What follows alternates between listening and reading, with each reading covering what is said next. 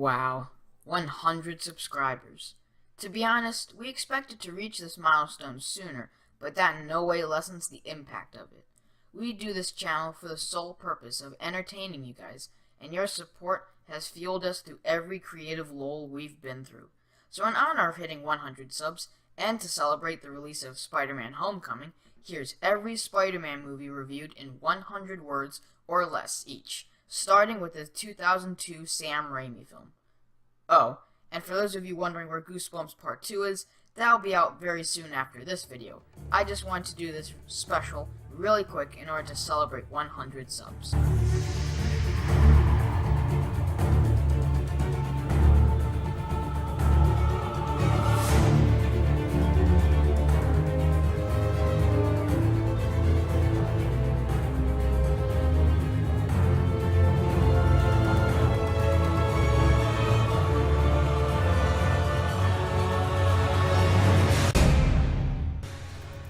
Honestly, this film is practically perfect.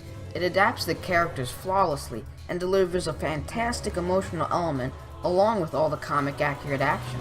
Some say that Tobey Maguire isn't great as Spider-Man, but he nails Peter Parker, and at the end of the day, that's the more important part. On the other end, Willem Dafoe is perfect as the villain that you love to hate, but feel sorry for at the same time. Is it campy? Sure, but since when was that a bad thing? Sometimes we need camp, so the grimmer parts of a story hit harder. So, how does one do better than the first movie? Well, if you're Sam Raimi, you have the sequel be a seamless continuation of its themes and characters while also serving as its own amazing film. Peter's relationship with everyone from Harry to Aunt May is explored and fleshed out, and you care about every character. Also, easily the best Spider-Man movie villain. All of this adds up to a film that joins Reeves' Superman and Nolan's Dark Knight as one of the greatest superhero movies ever.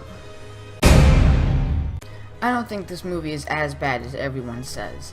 It is very flawed though, no question about it. Forcing Raimi to put Venom in was a stupid idea, but retconning Sandman to be Uncle Ben's killer was even dumber.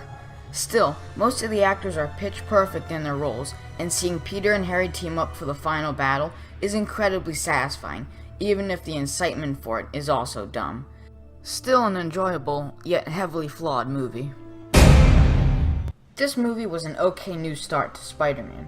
The origin story is similar to the Sam Raimi trilogy, but changes things up enough to make it interesting, such as the inclusion of Gwen Stacy. Big changes were making Spider-Man's journey and origin story center around him finding out what happened to his parents. The way they introduced the Lizard was cool and tied him into the story well. Spidey himself is also really funny, and it plays well. Overall, this remake is fairly unnecessary, but at least it's a well-made, entertaining one.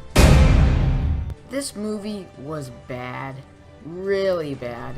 Electro and Green Goblin were utterly wasted as villains, and just felt boring. And the relationship with Gwen was incredibly forced. Speaking of forced, half the film was spent setting up future arcs like the Sinister Six, instead of making this film enjoyable. The failure of this film hits harder than a head-on collision with a steel floor.